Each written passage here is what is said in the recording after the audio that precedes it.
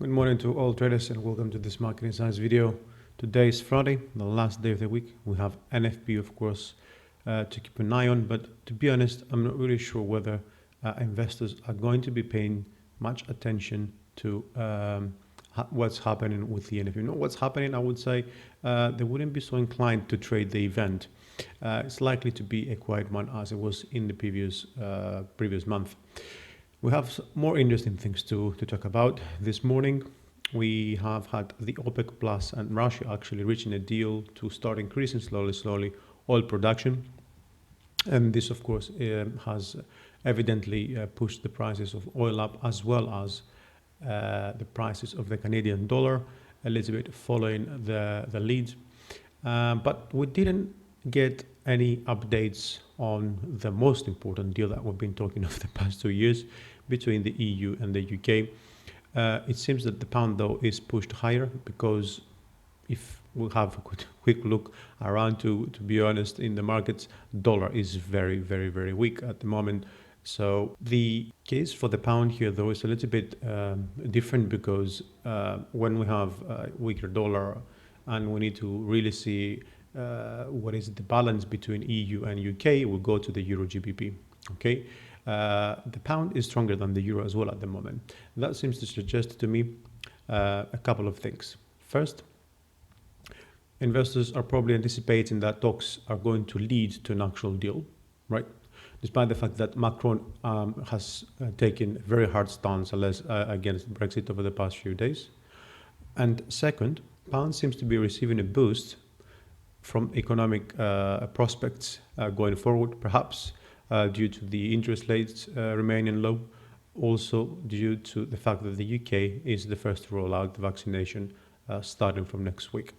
So we're going to have a quick look at Euro Pound. We're going to have a quick look at the CAD against the Japanese yen, and also we're going to have a look at the emerging markets, specifically dollar, the Turkish against the Turkish lira, as we have had also news on Turkey yesterday, which is potentially having the US actually imposing sanctions over the arms deal with Russia.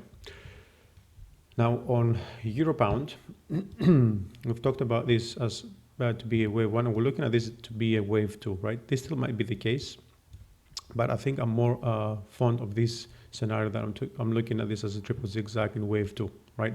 So you can imagine here the potential to the upside is huge for the euro against the pound. However, in the short term, I think that the pound is going to be stronger.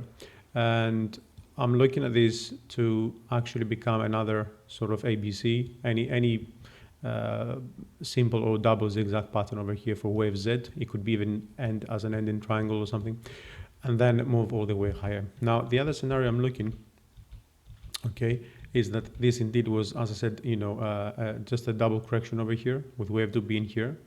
This in this case would be wave 1, wave 2, and this is a multi-structural move to the upside for wave 3.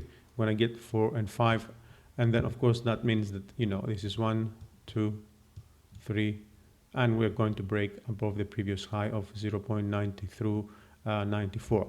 Now this I don't like. That's why I'm also seeing the triple zigzag as the main scenario, because I don't like this correction over here. I don't like this move to the upside, the structure, because it doesn't look impulsive.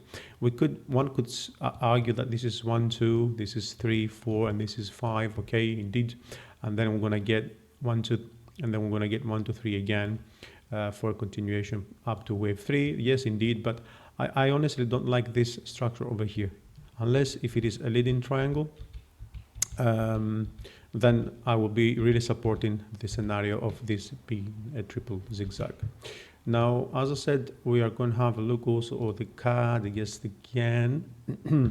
We looked at this a couple of weeks ago, if I'm not mistaken. We're still in wave 4, and this wave 4 is a triangle, right? And we're expecting then wave 5 to come through. However, we're not done with wave 4 yet. Okay, we are in wave 4. We've had a W. We have a W, X, and Y, in my opinion. This is what I'm looking for at the moment, with the upside, and also there is an upside actually completing the 4th wave of this triangle. So I'm expecting another move to the upside to take out wave E, and from there all the way down for wave Y of E of 4. This is where the triangle also ends. There is some sort of signal here on the MACD as well, so potentially we're going to get a false break above the previous high over here, around 81 perhaps, yeah, and then start moving lower for wave 4. In case that doesn't come through, then most likely there will be a case where this is W, X, and Y, and this is wave 1, this is wave 2, and multi-structural impulse to the upside. Okay. The other scenario, of course, is that this is this triangle is part of a complex correction, which means we have a W, an X, and we're going to see a further downside move for wave Y. Okay. And last but not least, let's go also have a quick look on the dollar against the Turkish lira, which we haven't looked for a while. For this one, I'm going to go a little bit further out because we've had, actually we called this maybe a month ago, this move up to the 8.46 or so. We are still in primary wave 3, yeah, and we just finished the intermediate wave 3 over here, okay, with a duplication, a double wave in wave 3 around 8.46. Okay, this is the 61.8 Fibonacci extension of waves 3 and 4 as well. Now, here's what I'm looking, because I'm expecting this signal on the MACD to come into effect at some point. Yeah, I expect prices to move lower. I expect this to be an ABC, and from there to move higher. So what this pretty much indicates, right, is that with this decline over here, we've got this signal, yeah, and then I'm expecting another signal over here, okay, with prices moving lower and the MACD actually momentum moving higher. So that said, this is going to be part of primary wave 3, which means the upside potential is still huge. Now, if we take into consideration the dollar has been weak and we might have actually the dollar collapsing in the next few months, it could be a case where we have finished, okay, up here. This is 1, 2, 3, 4, and 5. We ended the primary impulse to the upside, and this is going to be a much larger structure on the downside here, with a correction breaking below the ascending trend line of this regression channel. Okay, so this will be all for the day, and we'll speak again on Monday.